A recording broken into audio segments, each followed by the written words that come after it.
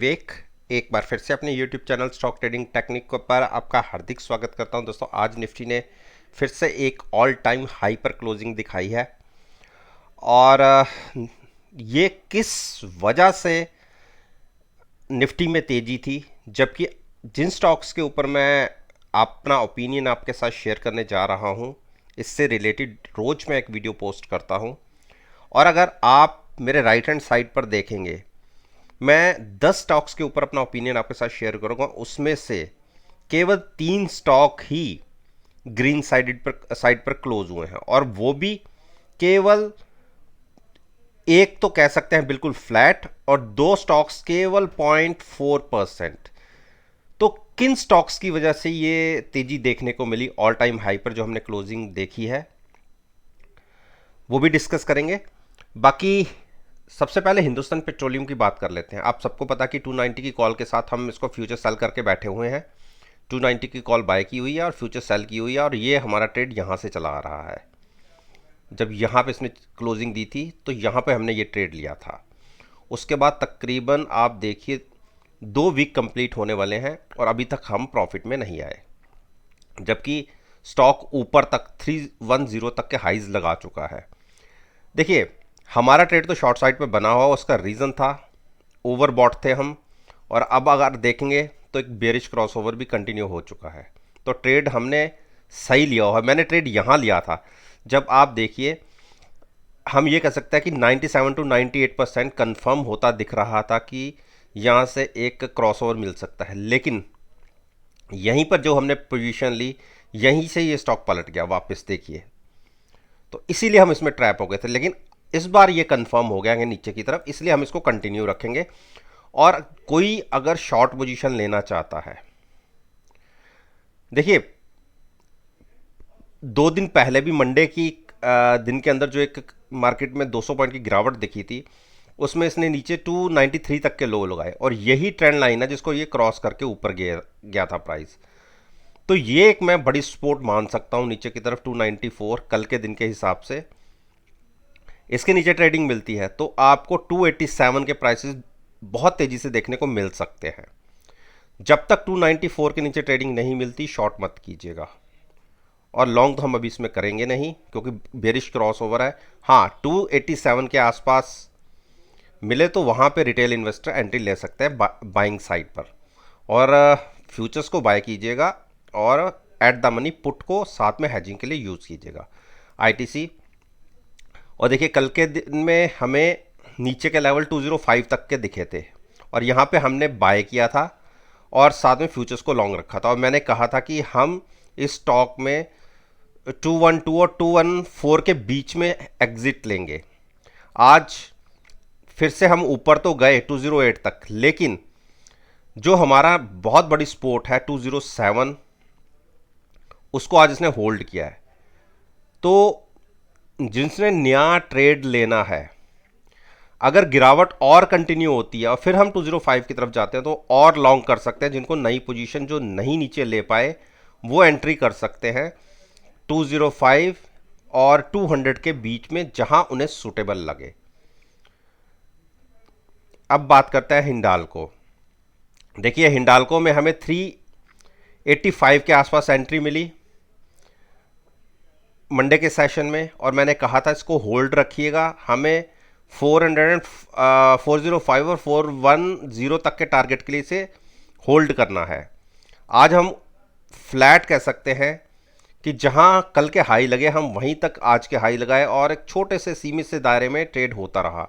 लेकिन अच्छी बात यह रही कि इसने अपनी 9 दिन की मूविंग एवरेज को होल्ड किया है।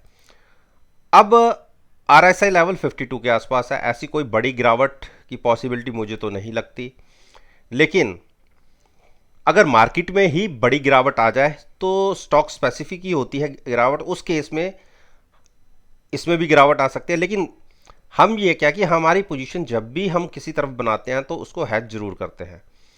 तो अभी भी कोई पोजीशन अगर लेना चाहता है, 391 के आसपास की क्लोजिंग है, अगर नीचे मिलता है, कोई गिरावट आती भी है, फिर से 385 के आसपास मिलता है, तो लॉन्ग ही करिए, पुट को बाय कीजिए, फ्यूचर्स को लॉन्ग करिए।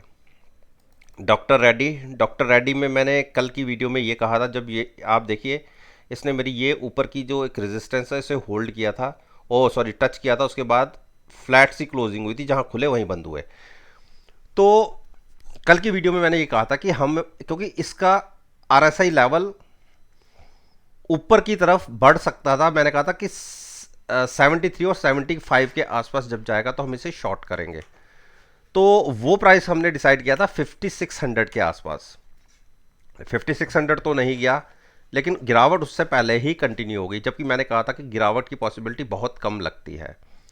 लेकिन उसके साथ साथ मैंने ये भी कहा था कि गिरावट कंटिन्यू हो भी जाती है तो हमारे ये प्राइसेस थे 5300 के आसपास, वहाँ पर हमें रिटेल इन्वेस्टर्स को एंट्री लेनी है लॉन्ग साइड पर, क्योंकि हम यहाँ से पहले हमने यहाँ से एंट्री ली थी और हमने ये जो कैंडल देखी थी यहाँ तक के हमने एग्जिट किया था 5400, ये हमें नहीं मिल पाया था। उसके बाद इसी दायरे के अंदर देखिए अब ये नीचे स्पोर्ट बनी हुई है, स्पोर्ट का काम कर रही है ये 5400। तो अगर इसके नीचे ट्रेडिंग मिलती है तो एक स्पोर्ट मिलेगी आपको 5350, उसके बाद हमारा प्राइसेस देखने को मिल सकता है। तो उसके लिए 2 दिन लग जाए, 3 दिन लग जाए, 4 दिन लग जाए, वेट करेंगे, गिरावट पर बाय करेंगे। सिप्ला सिप्ला ने आज एक गिरावट दिखाई है, लेकिन हमें हमारा प्राइस बाइंग का यहाँ नहीं बनता, हमें बाइंग करनी है 945 के आसपास, 948 और 945 के बीच में। तो तब तक हमें वेट करना है, कोई ट्रेड नहीं लेना। अब बात करते हैं भारती में कल एक बड़ी गिरावट दिखी थी और हमें 530 पे एंट्री मिली भी थी और इंट्राडे में ही हम अच्छे प्रॉफिट में आ गए थे।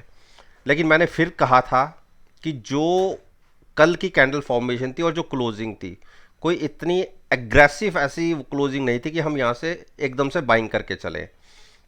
मेरा ये मानना है कि अगर इस बार स्टॉक ने फिर से 538 ब्रेक किया तो इसको सपोर्ट 533 के आसपास मिलेगी। तो उस केस में वैसे मैं तो 525 और 520 के बीच में एक सुटेबल प्राइस ढूंढ रहा हूं कि वहां मिले तो मैं वहां एंट्री करूं। लेकिन कुछ लोगों को एंट्री करनी ही होती है, बिना ट्रेड के वो रह नहीं सकते। तो इसलिए मैंने एक प्राइस बता दिया है कि वहां पर अगर मिलता है तो लॉन्ग करें, अदरवाइज स्टॉक से थोड़ा सा दूर रहें। बजाज फाइनेंस ने आज एक छोटे से सीमित से दायरे में ट्रेड किया है। अब आरएसआई लेवल 66 है, बुलिश क्रॉसओवर है यहाँ पे, क्योंकि इतना बड़ा जो जंप दिखा है, हो सकता है कि यहाँ 3-4 दिन ये बिताए और उसके बाद अगली मूव दिखाए। तो जब किसी स्टॉक का कंसोलिडेशन हो रहा होता है तो उसमें एंट्री नहीं लेनी चाहिए। रीज़न है 90% जो रिटेल इन्वेस्टर्स हैं वो ऑप्शंस के थ्रू ट्रेड करते हैं, और जब कंसोलिडेशन फेज में स्टॉक फंस जाता है तो आपका ऑप्शंस का प्रीमियम डिके हो जाता है बायर्स का।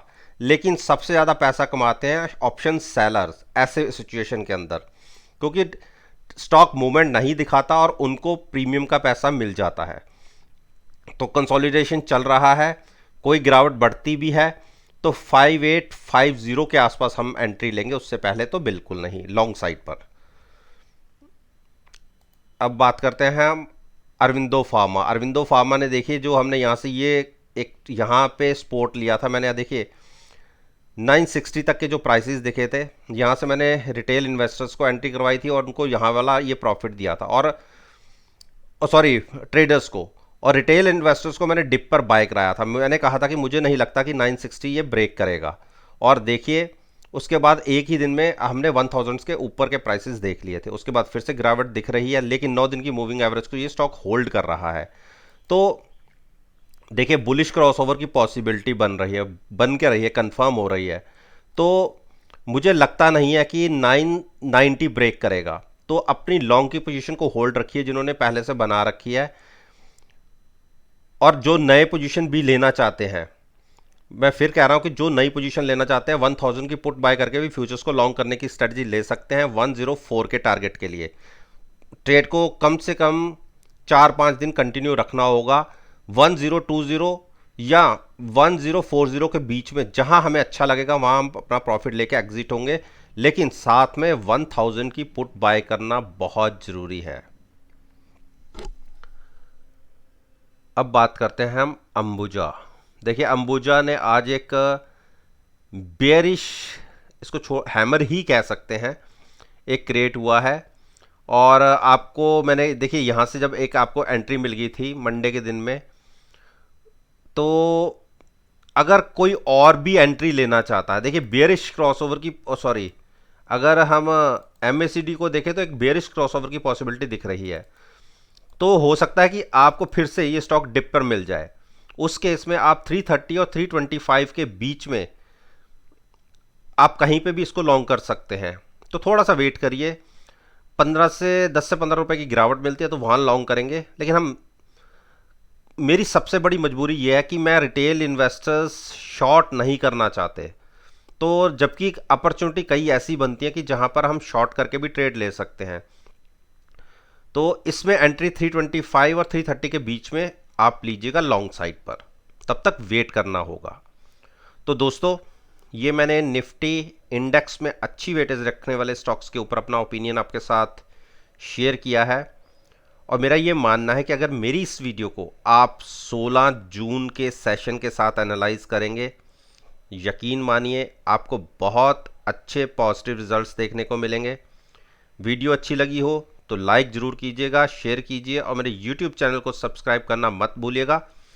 इस बात के साथ मैं आपसे विदा लेता हूं और एक नई वीडियो के साथ फिर से आपके सामने आऊँगा। तब तक के लिए धन्यवाद। Take care and have a nice day.